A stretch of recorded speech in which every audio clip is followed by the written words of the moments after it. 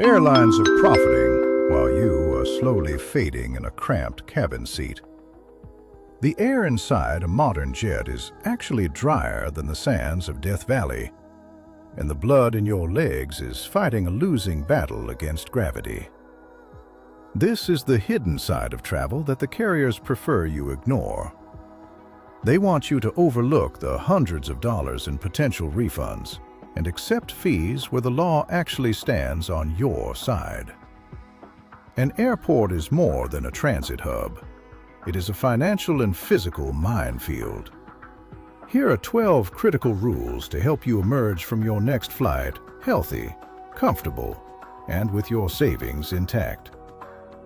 Rule 1 of 12. The air in an airplane cabin is officially drier than a summer afternoon in the Mojave Desert. Most travelers fail to realize that cabin humidity is intentionally kept between 10 and 20% to protect the aircraft from corrosion. Jaden, a 29-year-old software developer, learned this the hard way at San Francisco International, SFO. He arrived at the gate feeling perfectly healthy for his long-haul flight. But once the plane reached a cruising altitude of 35,000 feet, Jaden felt completely disoriented. His throat felt like sandpaper. His eyes were burning behind his contact lenses.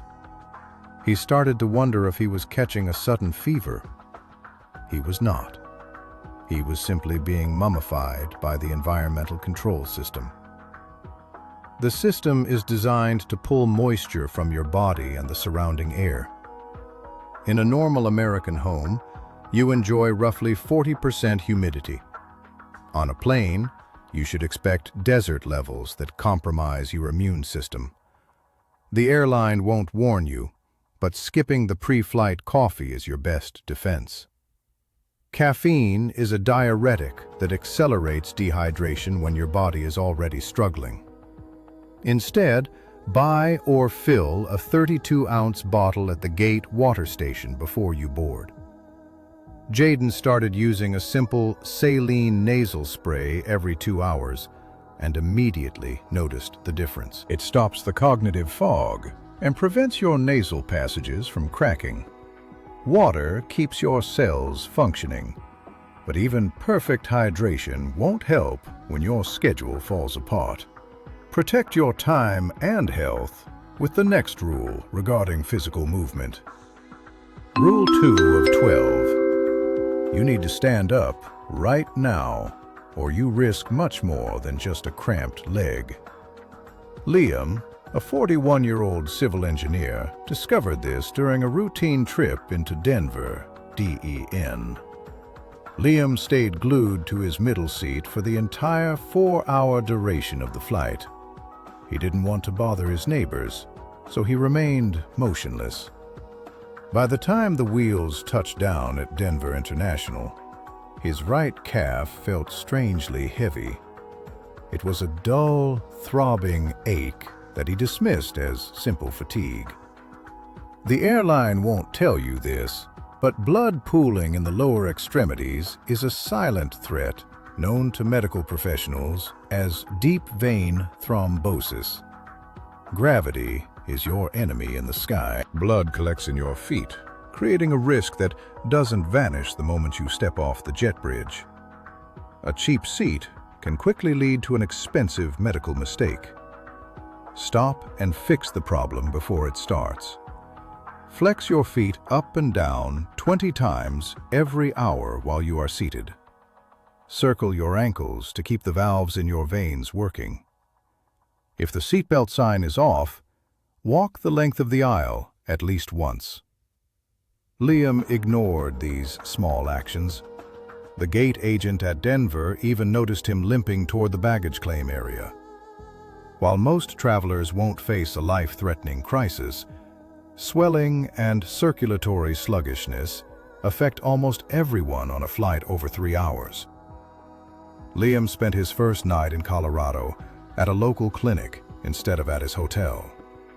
Stay moving and do not become a victim of your own seat. Healthy legs are vital. but they won't help if your essential supplies are confiscated at the checkpoint. Rule 3 covers the liquid loophole that most security agents won't volunteer.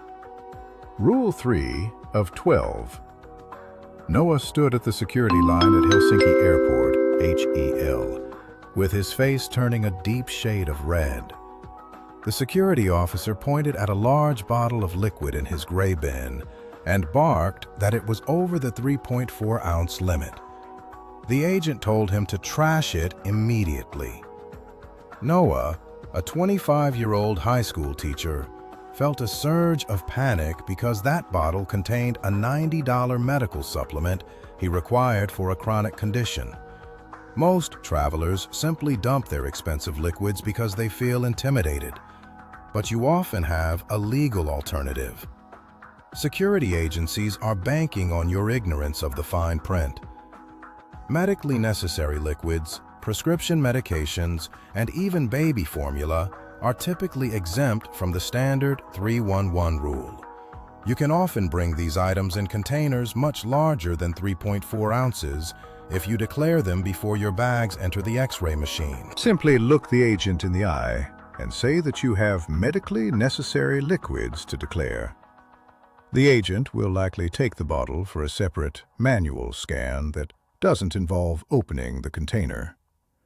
It might add 5 minutes to your wait time, but it saves your health and your wallet. This protocol works in the vast majority of cases if you remain calm and firm. Noah kept his medicine and headed to his gate with his head held high. However, his relief was short-lived, as he faced a massive delay on the tarmac. You need to know Rule 4 to handle being trapped on the runway. Rule 4 of 12. Have you ever felt like a prisoner in a pressurized metal tube while staring at the same patch of asphalt for hours?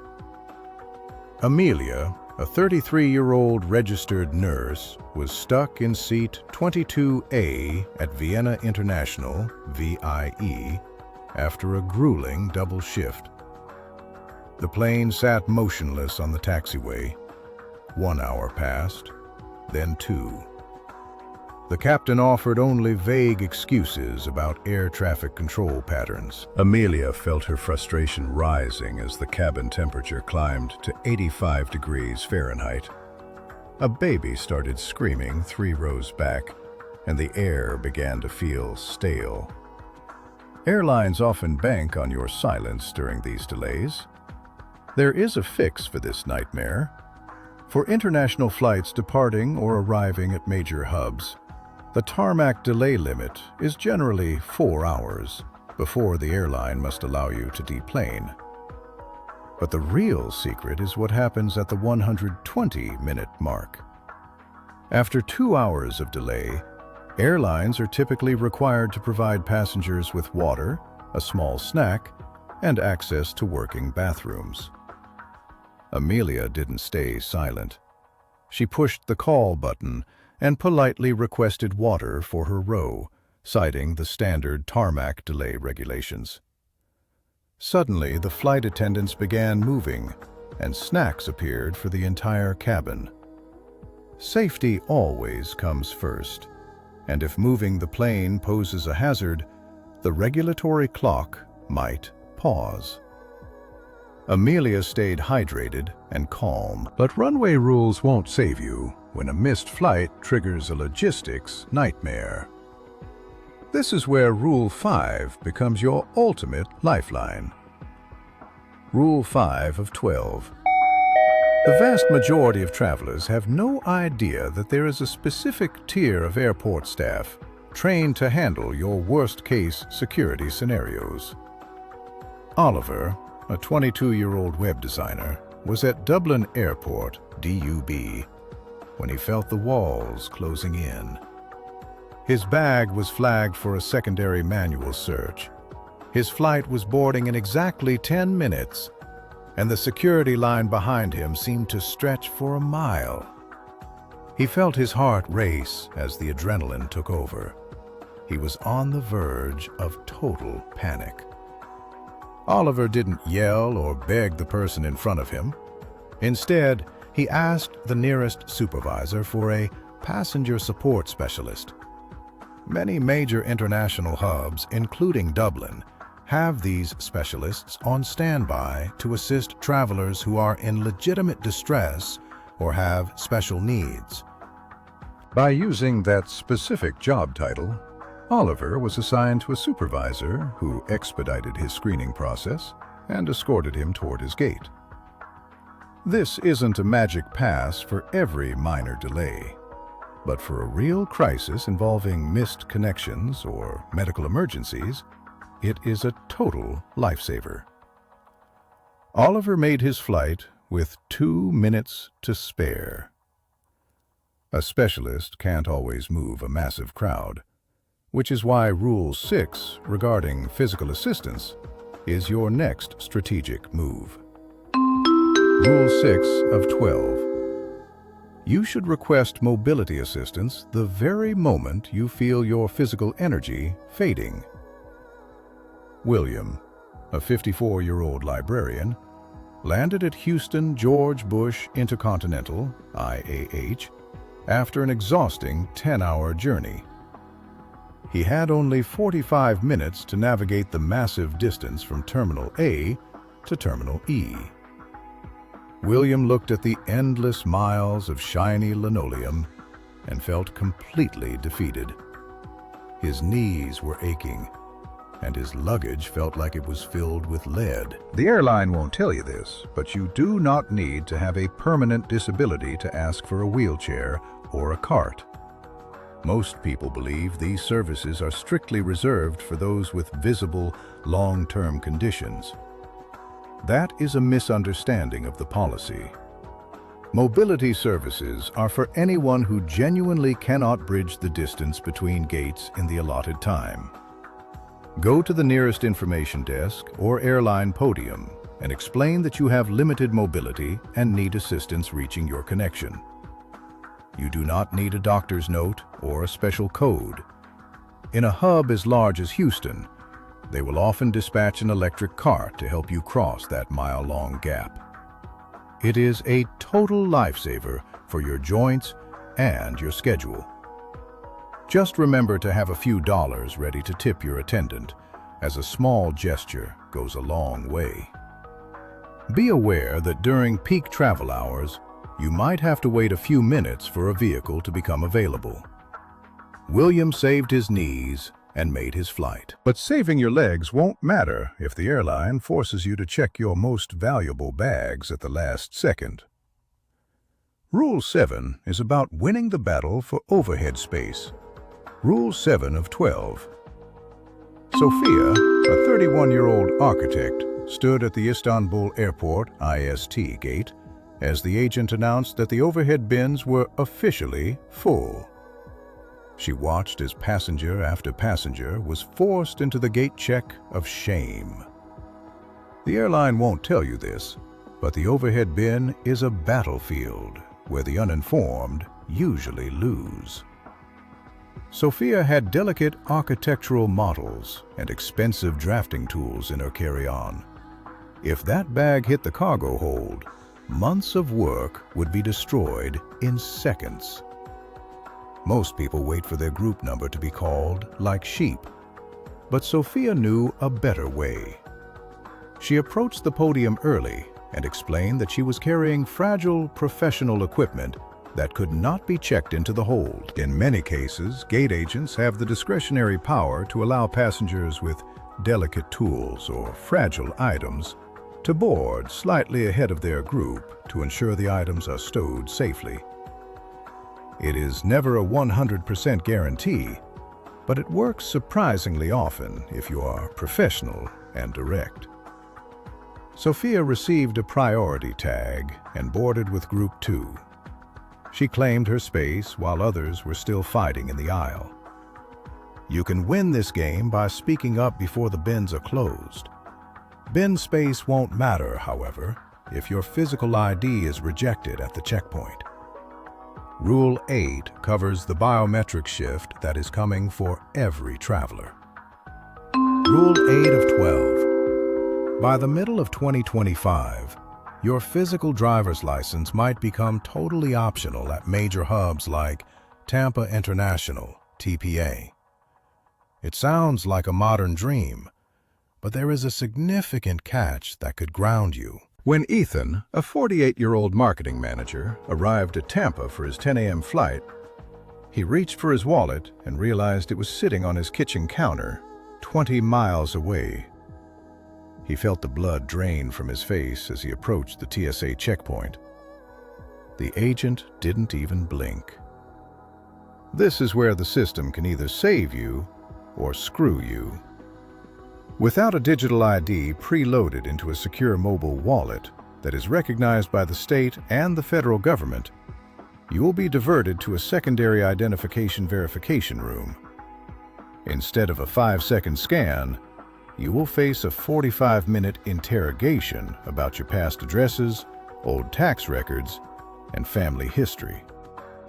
Ethan barely made his flight because he hadn't bothered to sync his biometrics or digital credentials beforehand. Technology is a powerful tool until the scanner glitches or your phone battery dies. Digital IDs are the future, but they are currently a test of your preparation. You might survive the checkpoint, but what happens when the airline tries to charge you for the very gear that helps you walk? Rule 9 is about your legal rights regarding mobility aids. Rule 9 of 12. Exactly 0% of your mobility aids should ever count toward your carry-on bag limit. This is not a suggestion.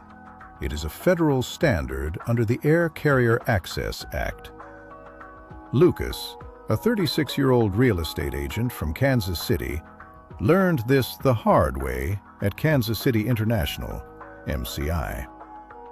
He was boarding his flight with a standard carry-on and a laptop backpack.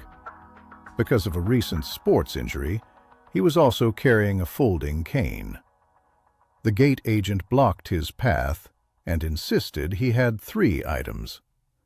The agent demanded that Lucas pay a $50 fee to check one of the bags. Lucas felt the heat of frustration rising, but paid the fee just to avoid missing his flight. He was scammed by a lack of information. Mobility aids like canes, walkers, and even portable oxygen concentrators are legally exempt from baggage counts. You are allowed to carry them in addition to your allotted bags for free. If an agent pushes back, state clearly that your item is a medical necessity protected by aviation access laws. The system is often rigged against those who don't know the rules. Agents are frequently stressed and undertrained on these specifics, but your rights remain valid. Lucas lost $50 that day, but you don't have to. You just saved your cash. But that won't help you if your delicate clothing is crushed in a suitcase.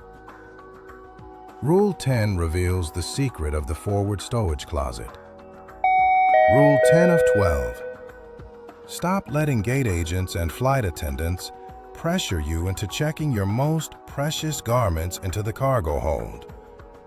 Evelyn, a 27-year-old photographer, stood in the aisle at Austin Bergstrom, AUS, with her heart racing. She was clutching a garment bag that held a vintage wedding dress for a high-stakes shoot.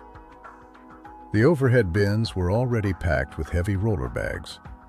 A flight attendant named Michael told her the dress had to be tagged and sent to the belly of the plane because there was no more space. Evelyn felt a wave of anger. This is where travelers often give up. Most passengers assume the small closet at the front of the cabin is strictly for the captain's jacket or first-class coats.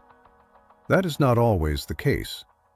Many aircraft have an onboard stowage closet that is available on a first-come, first-served basis for garment bags and delicate items. Some airlines even have internal policies that prioritize wedding dresses or expensive musical instruments for this space. Evelyn stood her ground politely and mentioned the garment bag priority for the stowage closet. Suddenly, Michael found plenty of room next to the flight crew's gear. They bank on your ignorance to save themselves the hassle of moving bags around. While it isn't a guaranteed right for every piece of luggage, for high-value items, it is a game changer. Evelyn saved the dress and her sanity. Your gear deserves its own space. Rule 11 of 12. Charlotte stood in the harsh fluorescent light of London Heathrow, LHR, staring at her phone in absolute despair. Her screen showed that her flight was cancelled. Her brother's wedding in New York was starting in exactly 12 hours. And her non-refundable ticket felt like a $1,200 anchor dragging her down. The gate agent didn't even look up from the computer, simply stating that the ticket carried no refund value and offering a voucher for future travel. The airlines are banking on you walking away and accepting a piece of paper that expires in a year.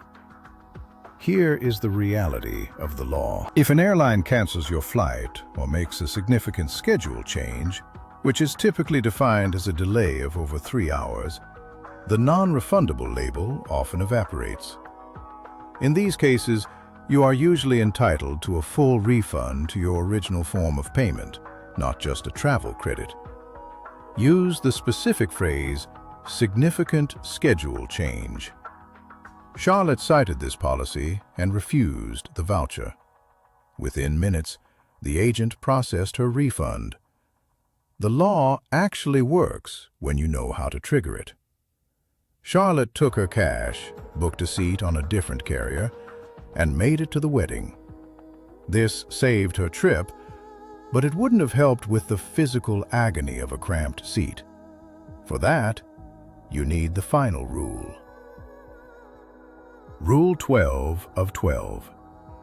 Do you ever feel like the airline is trying to squeeze every cent out of your physical comfort? Benjamin, a 63-year-old chef from Minneapolis, MSP, felt that exact pressure as he boarded his flight. At 6 feet 2 inches tall and recovering from a minor hip surgery, the tiny 28-inch seat pitch in the back of the plane was pure agony. The airline won't tell you this, but seat sizes have shrunk by inches over the last decade, while prices have reached record highs. They profit from your discomfort. However, if you have a legitimate medical need or a physical limitation, you can often request a seat reassignment at the gate. Benjamin approached the agent at Minneapolis-St. Paul International and explained his recent surgery while holding his medical discharge papers. Frequently, gate agents have the authority to move a passenger to a bulkhead or an aisle seat for free if those spots remain unassigned. It is not an absolute legal right, but agents often use their discretion for passengers who are respectful and have a clear need. Benjamin was moved to a seat with extra legroom at no additional cost. He beat the odds. Kindness is your only real leverage in these situations. The system is rigged, but calm persistence and the right information will win every time. If you don't know these rules, the airport will take your money and your comfort every time you fly. The airlines hate that you know these secrets. Hit subscribe to keep winning the travel game.